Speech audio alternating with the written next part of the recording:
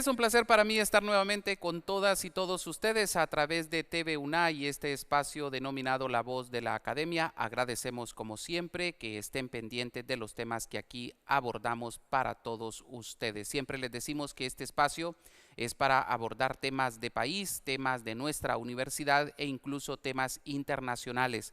Para eso trabajamos desde la máxima casa de estudios del país. Estamos en directo desde Ciudad Universitaria a través de TV UNA, así como de nuestras redes sociales. Hoy tenemos varios temas relacionados al tema de seguridad que se han dado en los últimos días en nuestro país y que es muy importante conocer el sentir y pensar de académicos, de estudiosos de nuestra Universidad Nacional Autónoma de Honduras. Y entre esos temas está el de organizaciones que han sido designadas como terroristas por parte de el gobierno de Donald Trump, el gobierno de Estados Unidos. Ese va a ser uno de los temas. También hablaremos de Tegucigalpa y San Pedro Sula como ciudades que han salido de ser las más peligrosas de esta lista de ciudades peligrosas a nivel mundial. ¿Cómo lo miran estos expertos en temas de seguridad este otro tema? Les presento a mis invitados de esta ocasión. Migdonia Ayestas, ustedes ya la conocen, es la directora del Observatorio Nacional de la Violencia. Migdonia, un placer como siempre contar con usted. Bienvenida. Muchas gracias, Fran, por invitarnos a compartir este tema, a hablar de seguridad, que es un tema que a todos nos importa y que todos necesitamos compartir, porque hay medidas de riesgo y de prevención que necesitamos para poder vivir en un país que es uno de los más violentos en Centroamérica y Latinoamérica. Así es, y también nos acompaña el abogado catedrático de nuestra universidad, experto en temas de seguridad, don Gonzalo Sánchez. Bienvenido, abogado. Bueno, gracias, licenciado Fran, por la invitación. Pues y aquí vamos a ver qué le podemos aportar con la licenciada Migdonia a este país, porque la verdad que yo creo que es necesario ponerle mucho énfasis a lo que es la criminalidad en el país. Así es.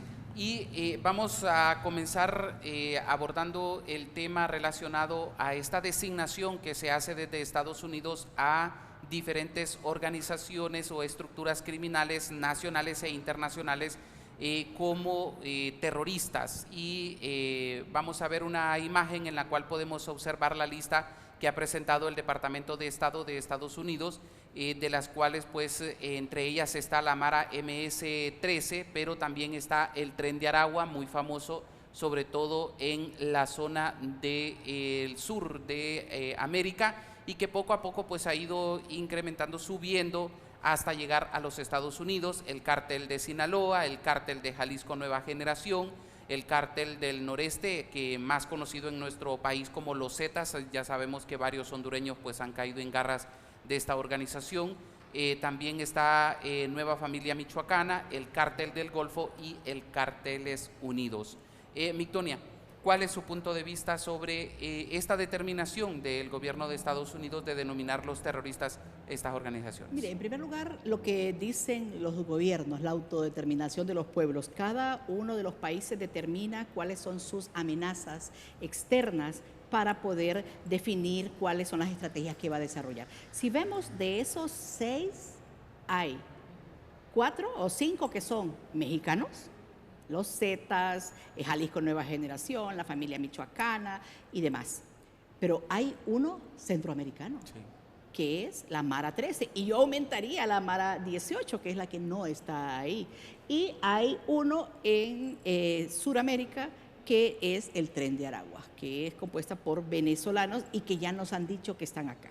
En primer lugar, creo que un país debe proteger sus intereses, primero personales de las personas, su población, y en segundo lugar de sus intereses económicos.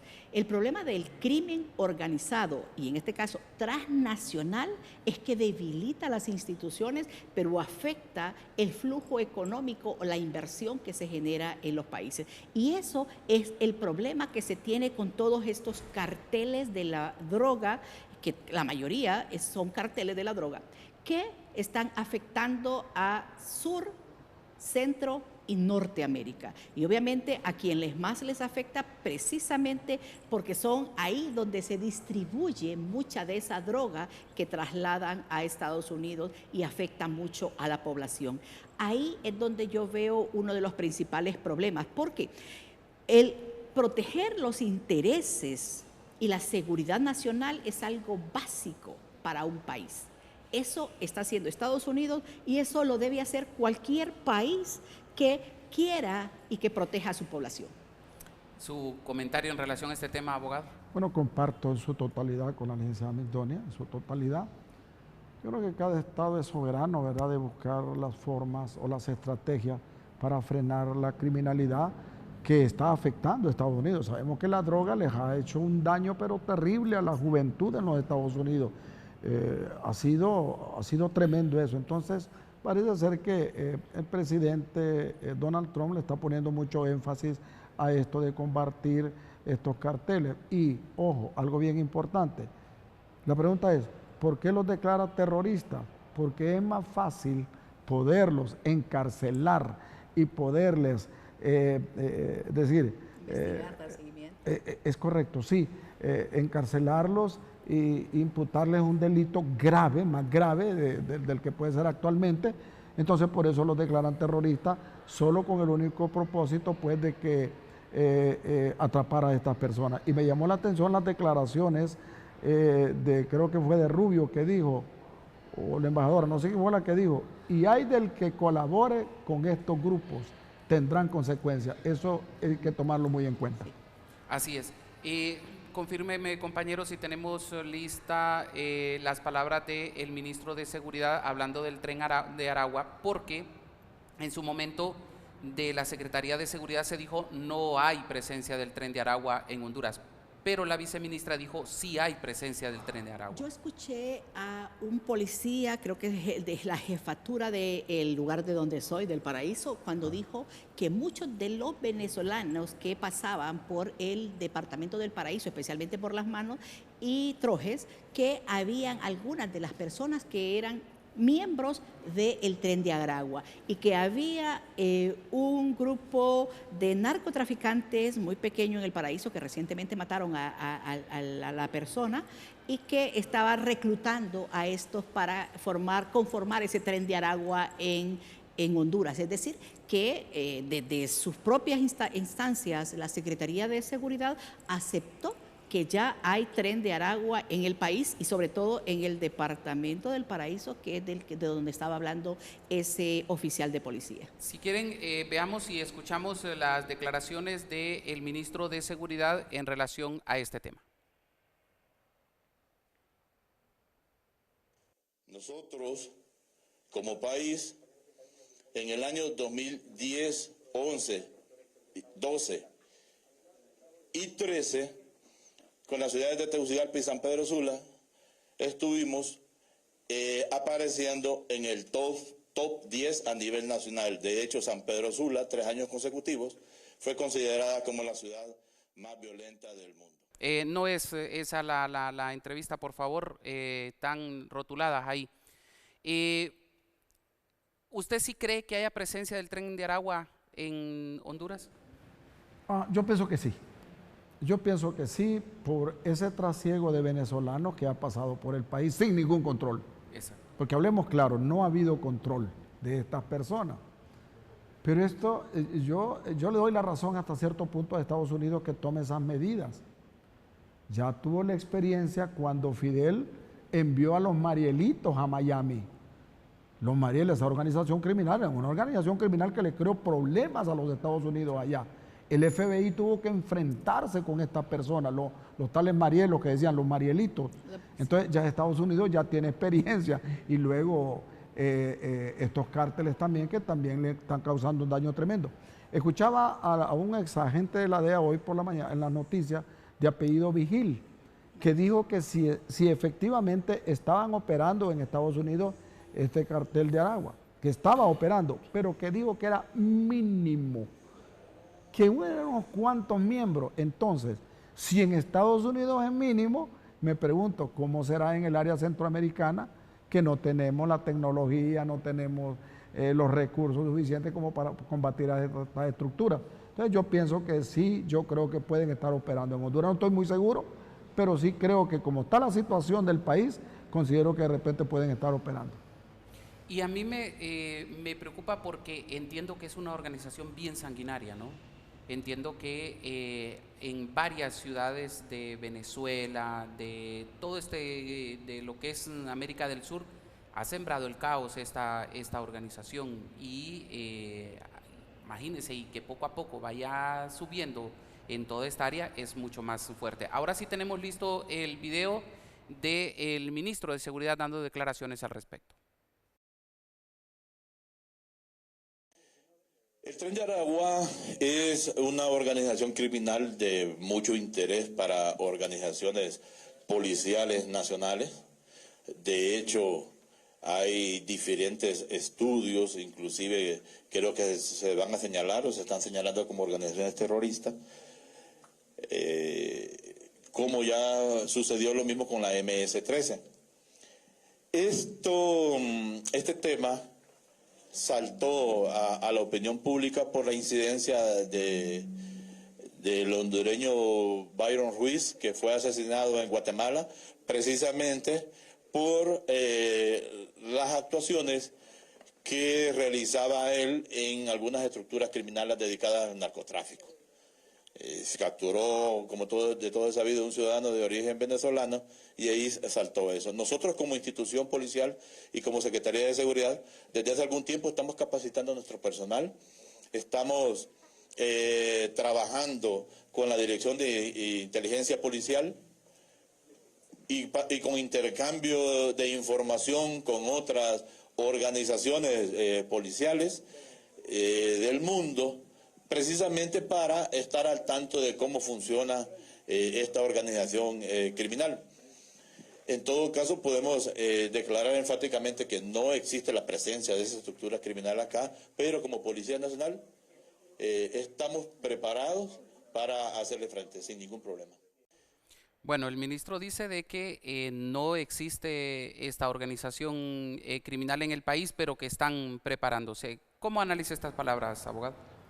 Bueno, yo pienso que si él dice que no existen, yo creo que lo más prudente hubiera sido que él diga que han efectuado unas investigaciones exhaustivas, ¿verdad? Con tanto de inteligencia militar como inteligencia de la policía, y que han llegado a la conclusión de que efectivamente no operan estas instituciones. Yo creo que él debió ser un poquito más específico y decir, bueno, hemos desplegado investigadores de inteligencia, ¿verdad?, de las dos instituciones, la policía y las Fuerzas Armadas, y hemos detectado que por el momento no existe esta organización. Pero decirlo así, simplemente no existen, me parece que no. Yo creo que debió ampliar un poquito más. Esa es mi opinión. Víctor. Creo que ahí ya está presente el Tren de Aragua en Brasil, en Venezuela, en Brasil, en Colombia y llegando a México, es lógico que pasen por Centroamérica. Y eso es un punto para determinar que el Tren de Aragua se ha asociado con dos de esos carteles que Estados Unidos ha definido como terroristas, que es Jalisco Nueva Generación, que es uno de ellos, y el otro es el de los Zetas, creo yo. Entonces, eso hace que se vuelva una organización criminal transnacional, porque está en la mayoría de los países de Sudamérica, pero además llegando a México. Y en su paso pasa por Centroamérica, y de ahí en Panamá y pasando por Belice hasta llegar a México y luego a Estados Unidos. Un país debe establecer cuáles son sus problemas para establecer cuáles son sus soluciones, y que el terrorismo que se vuelve un problema para Estados Unidos y que en Honduras estas bandas criminales, grupos de narcotraficantes y las maras y las pandillas siempre siguen siendo un problema en el país, y que se ataquen es importante, pero se requiere, como ya lo dijo el ministro de Seguridad y como lo dice el abogado Gonzalo, se requiere investigación que sustente de por dónde están entrando, porque todos los migrantes no los podemos culpar de que sean parte, pero más de alguno pasará que puede ser que sea de esa estructura criminal o terrorista, en este caso, que también trabaja con el narcotráfico, la trata de personas, toda la delincuencia organizada transnacional, que ahí es donde se vuelve un problema. Aragua, en Venezuela, es un estado que todo el mundo sabe qué es y dónde está, precisamente por un grupo terrorista como el Tren de Aragua. Ahora bien, usted dijo algo bien interesante en la primera parte de su participación y dijo que considera que también la 18 tenía que haber sido incorporado en este grupo de organizaciones terroristas. ¿Por qué no se tomará en cuenta la 18? Y el otro punto es, declarando terroristas a estas organizaciones, ¿podrá Estados Unidos hacer un ataque aéreo? En México ha sido un problema, ha sido un tema de discusión esto, si declarados terroristas estas organizaciones, ¿podría Estados Unidos atacar a estas organizaciones aunque estén en países? ¿Usted qué piensa, abogado? Mire, si está afectando los intereses, como dijo la licenciada, y la soberanía incluso de los Estados Unidos al ingresar estos tipos ilegalmente a los Estados Unidos, asesinar personas, incluso sembrar el terror, afectar la economía, lo dijo la licenciada también. Estas organizaciones siembran el terror, el miedo. Entonces yo creo que, pienso de que Estados Unidos está en lo correcto. El haberlo declarado terroristas, me parece que es la única solución que ellos tienen para poderlo combatir, pero que pudiera atacar ya sea con tropas o con aviones a estas organizaciones terroristas. Recuerden que Estados Unidos persigue el terrorismo a nivel mundial. No se olviden dónde fueron a agarrar a Osama Bin Laden. Ellos lo persiguen. Entonces lo que están buscando, pienso yo, es que si los declaran terroristas, poder ingresar a un país ellos y combatirlos ellos si el país no puede combatirlos. Y si les permite, porque si no es invasión. Exacto. Y si se permite, pero yo creo... Estados Unidos es un país que manda pidiendo permiso. Mire, fueron a sacar a Bin Laden, ¿de dónde lo fueron a sacar? Y pidieron permiso, la pregunta, llegaron las tropas especiales de Estados Unidos y lo sacaron. Mire, entonces, tengo mis dudas con eso. Yo creo, es que por el respeto de la soberanía, de la soberanía de claro, los pueblos. Yo creo que lo que Estados Unidos hace y ha hecho por largo tiempo es apoyar a los gobiernos en materia de seguridad y defensa. Por eso es que hay apoyo en Honduras, en la Policía Nacional o en las Fuerzas Armadas, para dar seguimiento a esos casos. Y por eso es que hay muchos de los funcionarios que vienen a apoyar a las instituciones precisamente para que le den seguimiento a estos grupos criminales organizados, de la delincuencia organizada, porque así es que puede ver quiénes son, dónde están y poder darle seguimiento. Por ejemplo, en San Andrés, en Colombia, capturaron a un exconvicto hondureño que estaba refugiado en Colombia. ¿Y quiénes lo hicieron? La policía de Colombia con la DEA. Y entonces ahí podemos ver esa relación estratégica que Estados Unidos establece con los países precisamente para buscar estos narcotraficantes, terroristas que afectan no solo al país, sino que afectan a sus intereses, como decía el abogado Gonzalo, sus intereses o su población, porque el problema del narcotráfico, que es lo que más afecta, es que no solo es que saca mucho dinero y que se invierte como lavado de activos, sino que deja a muchas familias enfermas o adictas a la droga, que hay que atenderlas en un país específico. En Honduras todavía no tenemos un hospital que cure adicciones, por ejemplo. Así es. Vamos a hacer nuestra primera pausa. Al retornar vamos a hablar un poquito más sobre este tema que hemos estado abordando y también relacionado a si Tegucigalpa y San Pedro Sula han salido de esta lista de ciudades más peligrosas a nivel mundial. Ya volvemos.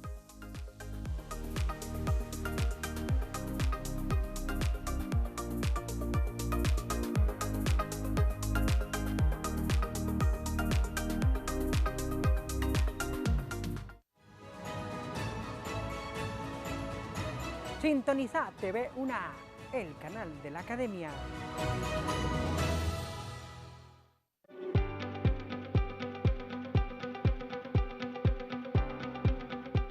Información de escritores y escritoras hondureñas. Consejos sobre los libros que puedes leer.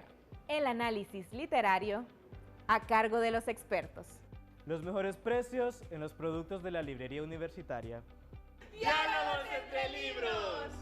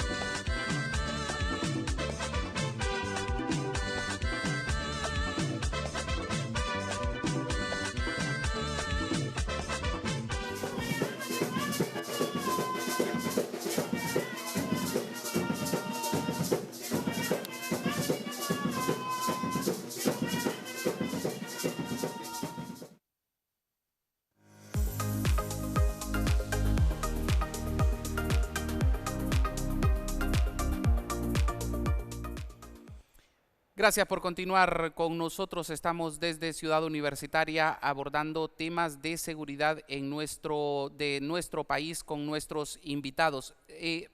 Hablábamos de que la MS-13 sí está en esta lista, pero no está la 18. ¿Por qué cree usted, Migdonia?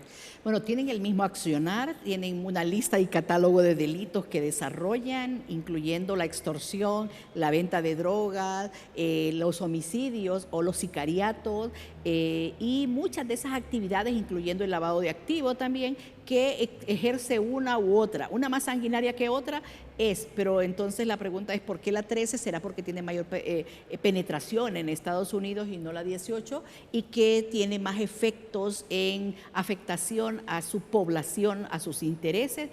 Por eso es que no está incluida dentro de estos grupos terroristas.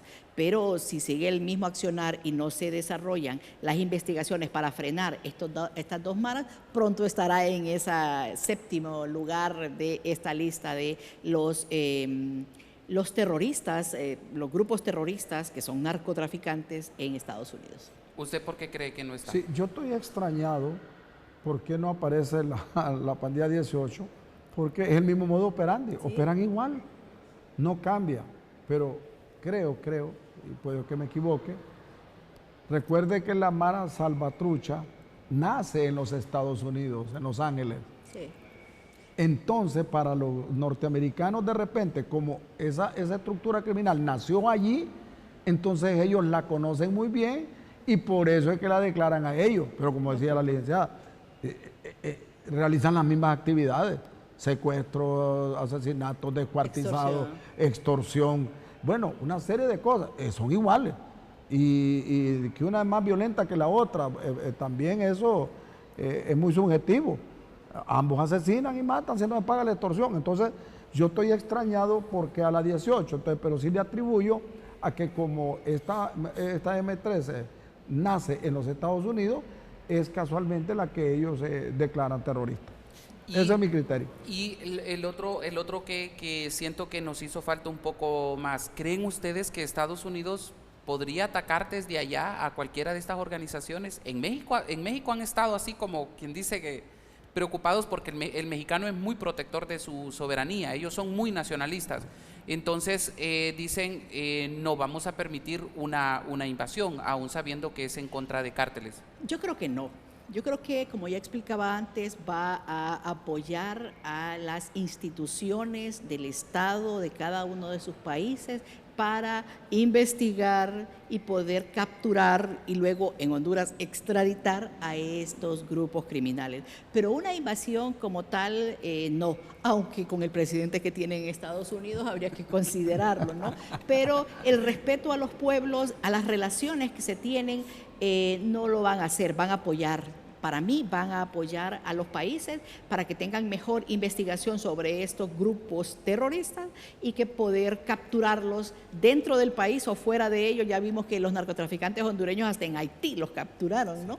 Y que el de San Andrés va para Estados Unidos y que los de Honduras esperaron hasta que salieran del gobierno para poder pedirlos en extradición y luego llevárselos. Así que el respeto creo que prima en eso y no va a haber discusión a nuestros países, porque si imagínense que hubiera una intervención de Estados Unidos, no tenemos cómo defendernos en el país. ¿Y usted qué dice, abogado? Bueno, ahí pues yo tengo mi propia opinión y puede que esté equivocado, pero comparto mucho con la licenciada también. Sin embargo, yo voy a poner 2 ejemplos. Mire usted, por ejemplo, de dónde sacaron a Noriega y le pidieron permiso al gobierno. Invadieron Noriega a los gringos. Mata. Y lo sacaron de ahí. Sí. Entrar a un país islámico no es comida de trompudo. Y entraron a sacar a Bin Laden también. Entonces, ellos cuando se sienten afectados de sus intereses, no creo que la cuestión, la diplomacia o algo, creo que no funcione en esos casos. Creo que no. Cuando ellos se sienten afectados de sus intereses, ellos invaden. ¿Y quién, como decía la licenciada, quién les va a hacer frente? Sí. ¿Quién? ¿Qué país? Excepto tal vez Rusia y China, tal vez ellos, pero nosotros. Y ahorita prueba de ello es, mire cómo pusieron a Colombia de rodillas. Sí. Es que es la gran potencia, tenemos que entender y que nos quede claro, que es la primera potencia del mundo, nos guste o no. Mire que el presidente dijo una cosa en la mañana y ya en la tarde estaban desmintiendo. ¿Por qué? Porque el 90% del producto de Colombia, el comprador es los Estados Unidos, entonces nos tiene agarrados a todos. Esa es mi opinión. No, y con eso de Colombia fue fuerte porque incluso hasta expresidentes tuvieron que intervenir, o sea, terminar haciendo un lobby como para que bajaran las aguas y decir, no, tranquilicémonos, no es así el asunto. Pero depende de esas relaciones bilaterales que se tienen, entonces claro. Ahí es donde invasión, yo sé, Noriega, o sea, entraron y todo, y eso es lo pasado, pero en lo presente que hemos visto a todos, al Mayo Zambada lo sacaron de México y no es que entró, sino que se los entregaron, igual a muchos de los terroristas que tenemos. Entonces por eso es que sí se confía en esas relaciones de vecinas, bilaterales de cada uno de los países para poder establecer, porque mal haría Estados Unidos en venir a invadir, porque sería invadir cada uno de estos países cuando sabemos que nos necesitamos, más nosotros a ellos que ellos a nosotros. Buen punto. Ahora bien, en temas de nuestro país, en temas de seguridad, el ministro en esta conferencia de prensa que hemos estado observando en estas entrevistas que se hicieron, él habla de que Tegucigalpa y San Pedro Sula han dejado esa lista de las ciudades más peligrosas del mundo. Es más, dice, Honduras ya no aparece ni en los primeros 50 países de esa lista. ¿Qué opina usted, abogado? Bueno, creo que sí, tiene razón. Tiene razón. Ha bajado el índice de homicidios en estas 2 principales ciudades, San Pedro Sula y Tegucigalpa. Creo que él tiene razón. Pero cuando miramos esa cantidad de masacres que se dan aquí, que se dan allá, entonces nos preguntamos, efectivamente entonces han bajado la tasa de homicidios. Es bueno, para mí es bueno escuchar esas noticias. No sé quién fue el que afirmó de que esas 2 ciudades se consideraban ciudades pues muy libres casi de violencia. San Pedro Sula es bueno por el turismo. Recuerda que también nosotros vivimos del turismo. Entonces, al escuchar que Tegucigalpa y San Pedro Sula, que es una ciudad más turística que incluso que Tegucigalpa, pues hombre, yo lo veo como muy buena noticia de que consideren estas 2 ciudades como que no son peligrosas. Para mí es bueno. ¿Usted? Mire, hay que analizarlo. El Consejo de Seguridad Pública, una ONG mexicana, que hace un análisis, así como el Observatorio de la Violencia da seguimiento de las muertes por causa externa en el país y lo hace año con año, ellos se dedicaron a estudiar cuáles son las ciudades más violentas del mundo. Y vamos a poner parámetros, y dentro de esos parámetros es ¿de qué ciudades estamos hablando? Una de que tiene 1000 habitantes, la tasa de homicidios es altísima.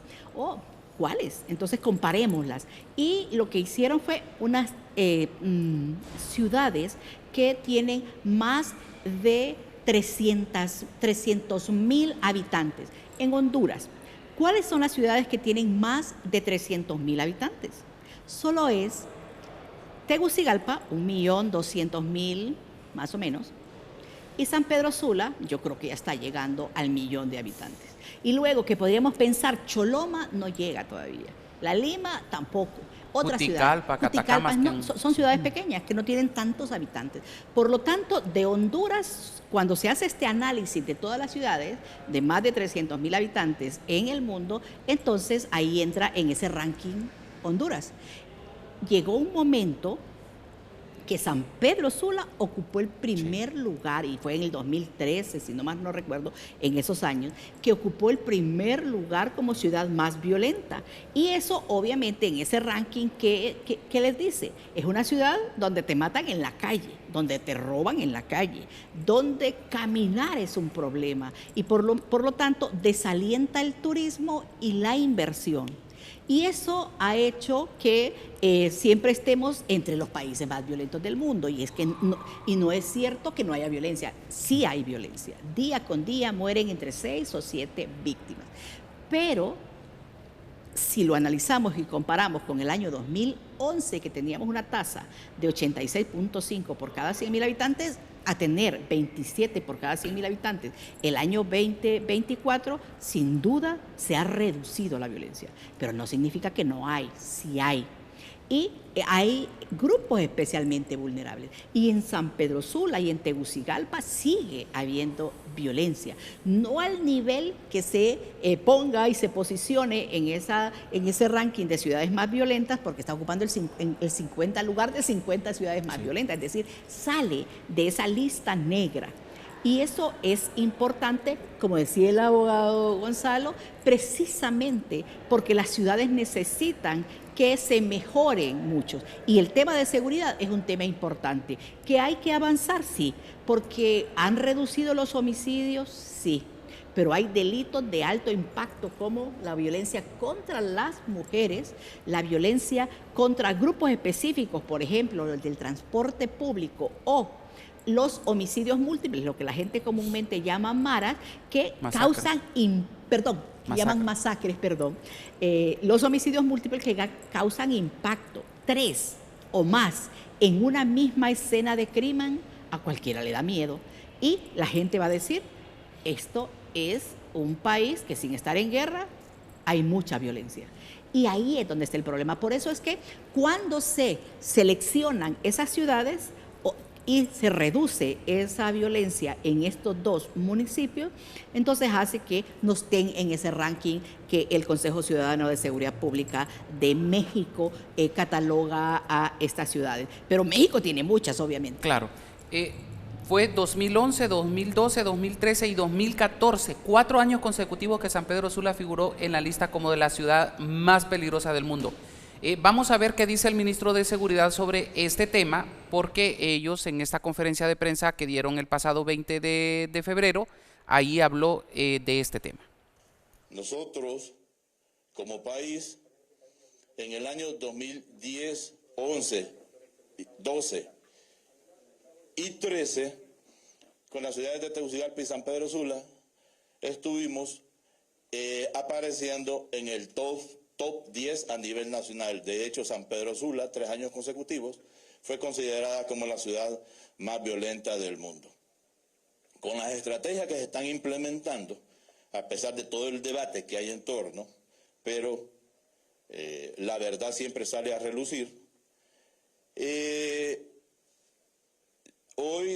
Ayer pues tomamos conocimiento que Tegucigalpa y San Pedro Sula no está más en el top 50 de las ciudades más violentas del mundo. De hecho, en el año 2023, que también lo conversamos, aparecíamos en el lugar 48 en ese ranking. Esto es importante resaltarlo, porque más allá de un debate político, más allá de un debate de intereses que puedan surgir, estos temas trascienden a nivel internacional y propician los espacios necesarios para que algunas empresas se animen, entre otras cosas, a invertir en nuestro país. El tema de seguridad es uno de los pilares fundamentales de cualquier gobierno y en nuestro gobierno, en esta administración, se le ha dado toda la importancia del caso. Nosotros recibimos una tasa de seguridad, una tasa de homicidios por cada 100.000 habitantes de 42, y todos saben muy bien que el año pasado, en el 2024, finalizamos con una tasa de 26 sobre 100.000 habitantes. Esperamos que todas las estrategias que estamos implementando, como la estrategia de fortalecimiento institucional, la contratación de nuevos funcionarios y funcionarios policiales, el equipamiento, el plan de solución contra el crimen, la lucha contra la extorsión, la aplicación del estado de excepción, que el día de ayer recibió una nueva ampliación, han dado como resultado precisamente estos logros muy importantes en materia de seguridad ciudadana. Bien, esas son las palabras del ministro de Seguridad. Habla que el estado de excepción, que los trabajos que han estado haciendo en contra de la extorsión, todos los temas relacionados a seguridad ciudadana que han impulsado son los que han ayudado a esto. Pero a mí me llamó mucho la atención cuando Migdonia dijo que son de 300.000 habitantes hacia arriba. Pero ¿qué pasa con esas ciudades que no llegan a 300.000 habitantes? Y lo hablábamos fuera de cámara: Catacamas, Juticalpa, Santa Rosa, Santa Bárbara y otros, Ceiba, o sea, todos estos lugares. ¿Qué piensa usted al respecto, abogado? Bueno, yo pienso que si estas dos ciudades, porque hay que darle el mérito a la policía, si se ha reducido la ola de homicidios en estas dos ciudades importantísimas del país, entonces ¿por qué no las reducen también en Catacamas, en Copán, en Santa Bárbara, en Ceiba, que son ciudades más fáciles de controlarlos? Entonces yo creo que si ya lograron controlar estas dos ciudades, entonces ahora continúa, porque es que se produce lo que se llama el efecto cucaracha. Y ya saben cuál es el efecto cucaracha, ¿verdad? Que el vecino le echa ojo a las cucarachas, entonces van para mi casa. Entonces, ¿qué es lo que sucede? De repente me parece a mí que está sucediendo ese efecto cucaracha. Si ha bajado en San Pedro Sula y ha bajado en Tegucigalpa, entonces ¿por qué se ha incrementado en Olancho? ¿Por qué se ha incrementado en Catacamas y en otras ciudades importantes del país? Porque el delito muta y los delincuentes también son nómadas. De repente aquí me están atacando, entonces me voy para acá. Yo creo que pudiera ser eso, digo yo. Y hay otro tema importante en materia de seguridad. ¿Quiénes son los que trabajamos en materia de seguridad? Por ejemplo, la academia trabajamos con toda la inversión que la universidad hace en el hospital, por ejemplo, en la atención a los heridos, eso es parte. Lo que el observatorio hace para evidenciar la situación, para prevenir, también se hace. Pero los gobiernos locales han trabajado, han establecido planes locales de seguridad, diagnósticos de seguridad ciudadana y planes locales. Pero las organizaciones de la sociedad civil han trabajado. Mire todo el movimiento de mujeres y feministas de Honduras que aboga por la reducción de la violencia, porque se le atienda a las mujeres víctimas, que cuando van a interponer una denuncia no se les revictimice. Todo eso es trabajo en materia de seguridad, pero que el Estado de Honduras, a través de la Secretaría de Seguridad, ha hecho, también es importante. Ha establecido, por ejemplo, la línea 114 que se desarrolló en el año 2006 y que esta vez se volvió a relanzar. El hecho de poder trabajar con mayor investigación criminal en materia de violencia contra las mujeres, también oficinas, unidades metropolitanas que han avanzado, es el trabajo para poder reducir esa violencia. Es decir, que el trabajo que se ha hecho no solo es por el estado de excepción, sino que el trabajo de todas las instituciones, organizaciones que han avanzado para trabajar con la población para reducir la violencia. Porque el punto de esto es que la violencia y la criminalidad tiene tres temas que hay que estudiar. El narcotráfico en primer lugar, porque es el que deja mayor muertes violentas. El segundo es la convivencia, es decir, las relaciones entre las personas, porque ocupa el segundo lugar de los que más se matan. Se matan por relaciones interpersonales, riñas interpersonales. Crímenes Luego pasionales. el crimen organizado con el sicariato. Pero hay mucha desinformación que se queda sin información y que es necesario establecerlo, porque ahí es donde podemos ver a dónde vamos a poner las estrategias.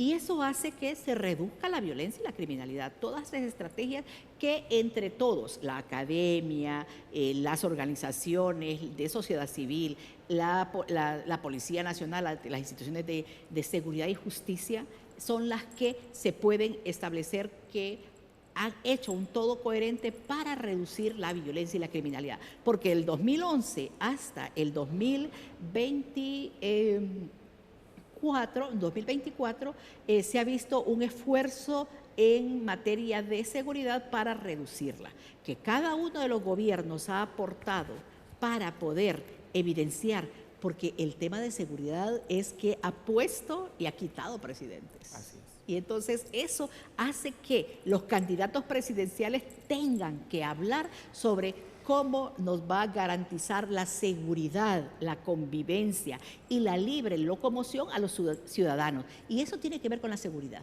Así es. Vamos a hacer una nueva pausa. Al retornar seguiremos abordando un poco este tema y vamos a hablar un poco de ese estado de excepción, qué tantos beneficios ha traído, qué tantos efectos positivos ha traído al tema de seguridad en Honduras. Ya volvemos.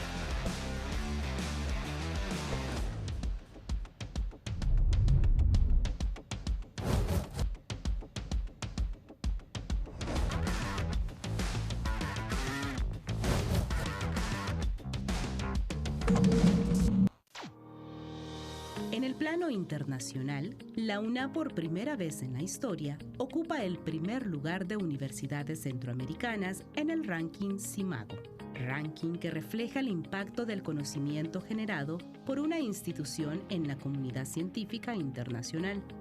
De esta misma forma, en el año 2019, recibió por parte de HCERES el certificado de acreditación del Alto Consejo de Evaluación de la Investigación y la Educación Superior, convirtiéndose en la primera macrouniversidad de Centroamérica en ser acreditada por el ente francés. Somos UNA. UNA, nueva historia.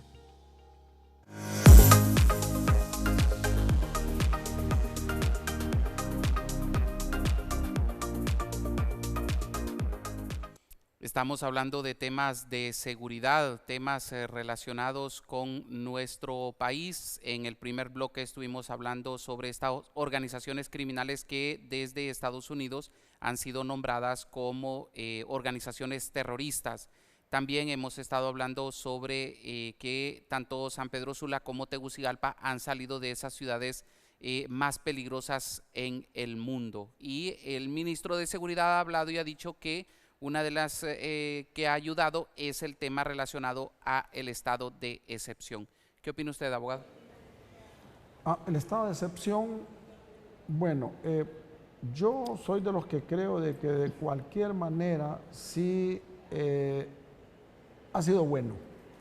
Ha sido bueno en el sentido de que parcialmente ha ayudado a la policía a realizar allanamientos, investigaciones, capturas, incluso extraditables han capturado, importante. Entonces, y le ha permitido ampliar un poquito más las investigaciones a la Policía Nacional. Yo siempre he estado de acuerdo con el estado de excepción. Ahora, el punto es que creo yo que el estado de excepción más que todo se creó para atacar a las estructuras criminales, para atacar a las pandillas frontalmente. Entonces, ¿qué ha pasado? Que ¿por qué el transporte público se queja tanto? Porque es víctima de estas organizaciones. Entonces, se compraron esas famosas mambas negras, esos vehículos donde decían que hay barrios y colonias que no pueden entrar. Yo siempre he creído que ninguna organización criminal puede estar por encima de un Estado.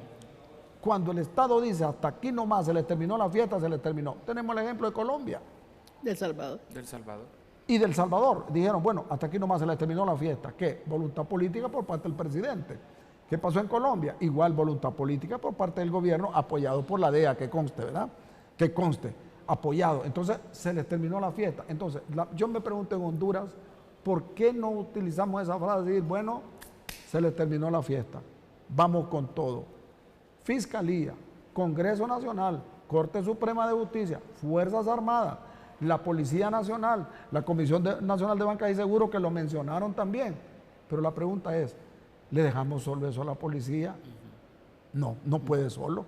El Congreso Nacional tiene que legislar como hicieron en El Salvador, darle un poco más de autoridad, más de potestad a la policía. Sí es cierto que se violan derechos humanos y todo, pero nos preguntamos, si se han violentado los derechos humanos en El Salvador, pero el 90% de la población está de acuerdo totalmente con Bukele, entonces yo pienso que es bueno.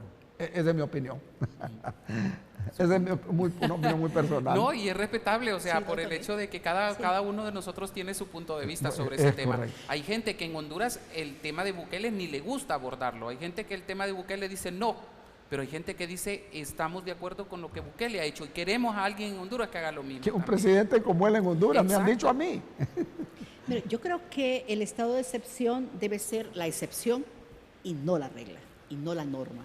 Porque si ya tenemos un estado de excepción en 226 municipios de 298, ¿por qué no establecemos una política integral de seguridad en la materia precisamente, para que lo aborde en todos los 298 municipios? Y ahí es donde está el problema. ¿Por qué? Porque ya van 19 veces que se ha prorrogado ese estado de excepción. Y que se prorrogue en un momento que vamos a elecciones también se vuelve un problema. Porque ¿cómo hacemos excepción cuando la regla es que tengamos todas las libertades para ir y acudir a votar? ¿Qué pasa con el estado de excepción? Y es que cuando vemos que ha reducido la violencia, y eso lo hemos constatado como observatorio, pero hay problemas, como lo decía el abogado Gustavo, como la extorsión, como el accionar de las maras y las pandillas, que lejos de reducirse, siguen manteniéndose y desarrollando su actividad criminal y causando muerte y dolor en las familias hondureñas. Entonces nos preguntamos, ¿por qué no una política integral de seguridad y más que un estado de excepción?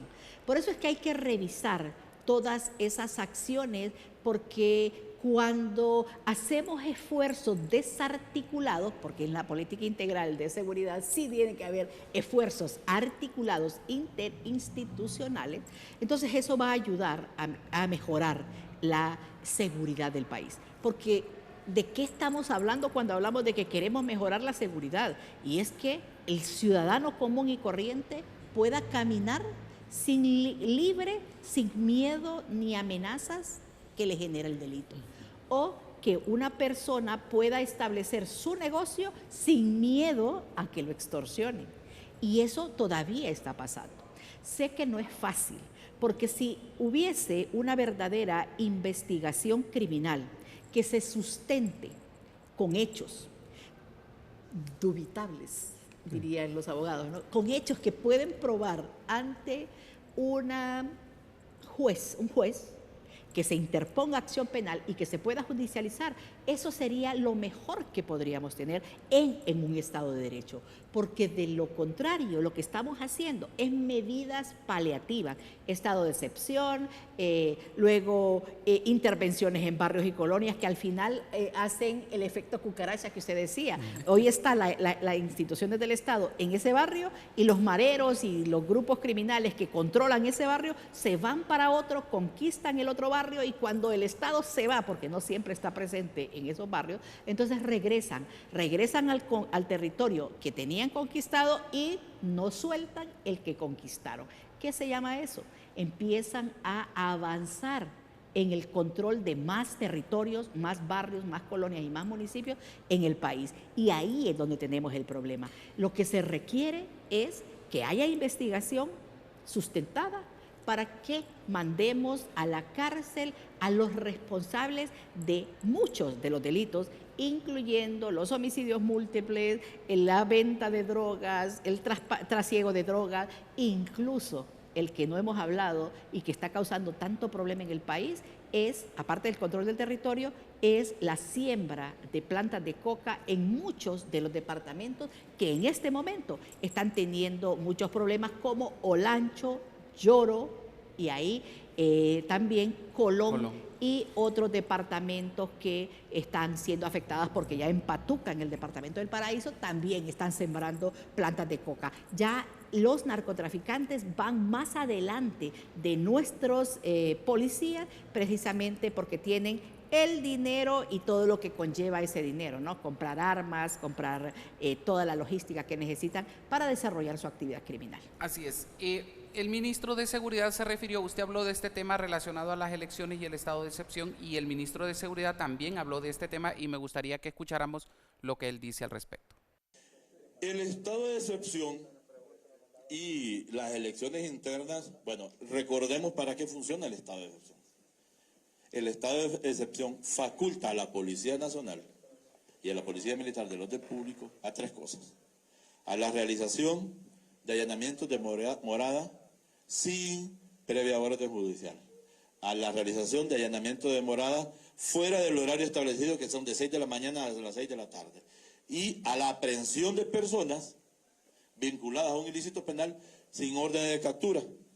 Pero en los tres casos, el Ministerio Público convalida la actuación policial. Por lo tanto, debe existir un expediente investigativo previo para poder realizar eso. El estado de excepción parcial no afecta al 99.9% de la población. El estado de excepción parcial es una herramienta jurídica de aplicación contra estructuras criminales. Y ahora que se acerca una de las fiestas cívicas, de las dos importantes que van a realizar en este país, simple y sencillamente nos da las herramientas para evitar lo que sucedió hace unos años en un municipio de Copán, donde un alcalde que hoy está guardando prisión, pero bueno, parece que lo van a soltar en los próximos días, o ya lo soltaron, estaba guardando prisión o está guardando prisión por narcotráfico, evitó que simpatizantes de otros partidos pudieran ejercer su voto. Nosotros somos una institución profesional, nosotros somos una institución especializada, nosotros somos una institución que respetamos los derechos humanos y las garantías constitucionales. Por lo tanto, la Policía Nacional de Honduras, la Secretaría de Estado del Despacho de Seguridad, la Secretaría de Estado del Despacho de Defensa y las Fuerzas Armadas de Honduras garantizan la realización de esa fiesta cívica llamada elecciones internas, que se realizará en las próximas semanas. En realidad ahí no hay ninguna preocupación, ya explicamos que el estado de excepción afecta a los criminales. El estado de excepción parcial afecta a las estructuras criminales que realizan algún tipo de acción ilícita en diferentes sectores del país. El estado de excepción faculta a la institución policial, como ya lo mencionamos, a realizar algún tipo de acción que tiene que ver con allanamientos de morada y con capturas sin previa orden judicial, pero con un expediente investigativo que posteriormente es convalidado por el Ministerio Público. O sea, tampoco es que le da una autonomía de actuación a la Policía Nacional, sino que todas nuestras actuaciones se enmarcan en la ley y son convalidadas con el Ministerio Público. El pueblo hondureño no debe estar preocupado por la aplicación del estado de excepción. Lo que deben estar preocupados del estado de excepción son las estructuras criminales dedicadas a delinquir en nuestro país. Ese estado de excepción, su aplicación, su aplicabilidad es exactamente a esas estructuras criminales. En todo caso, la Policía Nacional y las Fuerzas Armadas de Honduras estamos listos para realizar y desplegar todas las operaciones necesarias para garantizar ese proceso democrático, esa fiesta cívica que permite a la población hondureña elegir a sus máximas autoridades. Bien, esas son las palabras del ministro. Básicamente dice que le quitarían como la única arma con la que han estado trabajando y que se han logrado reducir los índices de homicidio en el país. Habla que esto, pues, este estado de excepción no afecta al 99% de la población, que garantizan unas elecciones tranquilas, normales, sin que llegue a afectar el estado de excepción. ¿Usted qué dice, abogado? Bueno, yo creo que con el estado de excepción, en un momento electoral, elecciones internas, este es el momento de demostrar de que el estado de excepción, lejos de perjudicar, más bien va a favorecer en el sentido de que las personas que vamos a ir a votar, pues vamos a tener la seguridad de que vamos a estar protegidas. Entonces, yo comparto con él porque mal harían si utilizan ese estado de excepción para favorecer intereses diferentes. Mal harían, a mi criterio. Yo creo que es una decisión que el gobierno debe ponerle límites, porque en las elecciones internas y en las elecciones generales, porque si vamos a las internas que vamos a tener estado de excepción, significa que también vamos a tener estado de excepción en las generales. Y ya decía que debe ser la excepción y no la norma. No podemos perpetuar los estados de excepción. Y en las elecciones, como instituciones estatales, deben dar certezas sin violar los derechos humanos de que las elecciones van a ser limpias, transparentes y en paz, y que haya un estado de excepción le causa ruido, sobre todo a los defensores de derechos humanos y a la población en general. Y bien decía el ministro de Seguridad, este estado de excepción es para el 1% de la población, es decir, los que se dedican a las actividades delictivas. Entonces busquemos estrategias que sirvan para que ataquemos frontalmente a esas crimen organizado, es decir, actividades delictivas, que causan miedo y terror a la población hondureña. Tenemos que, por ejemplo, en Catacamas, ¿cuál es el problema de Catacamas en este momento? El narcotráfico. Y vea, Catacamas ha sacado, bueno, o el departamento de Olancho, ¿cuántos presidentes ha tenido el departamento de Olancho? No quiero ver los pasados, los presentes. Porfirio Lobo, Mel Zelaya, ahora la presidenta Xiomara. Y ahora la presidenta Xiomara. Tiene 3 presidentes. Debería ser la ciudad con mejor seguridad, con mayor convivencia pacífica. ¿Por qué? Porque las estrategias estarían enfocadas ahí. ¿Por qué? ¿Qué dejaría usted si usted tuviera poder para mejorar las condiciones de su municipio o de su departamento? Yo dejaría seguridad en mi departamento. Entonces, esas estrategias deben ser focalizadas para atacar los temas específicos. Si allá es narcotráfico, narcotraficantes, si en Tegucigalpa son las maras y las pandillas y el lavado de activos, entonces las estrategias deberían estar enfocadas. Y ahí es donde está el problema. Generalizamos y al final decimos que es para el 1% de la población. Y hemos visto que la extorsión todavía no ha mejorado. O sea, los empresarios, y especialmente el del transporte público, sigue diciendo que sigue pagando hasta 8, ya no son 4 como antes, hasta 8 grupos que le piden extorsión. Y mi análisis, un grupo o este negocio es altamente rentable porque tienen que pagar impuestos y tienen que pagarle extorsión a 8 grupos. ¿Cuál es la ganancia? Así es. Quiero agradecerles el tiempo que se han tomado para estar con nosotros en este espacio. Espero que no sea el último, sino que también tengamos más espacios en los que podamos abordar estos temas de país. Sé que estoy con 2 expertos en estos temas y definitivamente es un orgullo y un honor tenerlos aquí en este espacio. Gracias, abogado. Gracias, Migdonia. Un placer, muchas gracias. A ustedes les agradezco como siempre el acompañarnos en estos espacios. Los hacemos siempre pensando en ustedes para conocer desde un punto de vista académico un poco más a profundidad los temas de nuestro país. Soy Franz Rivera, espero contar con ustedes mañana a partir de las 3 de la tarde a través de TV UNA. Hasta entonces.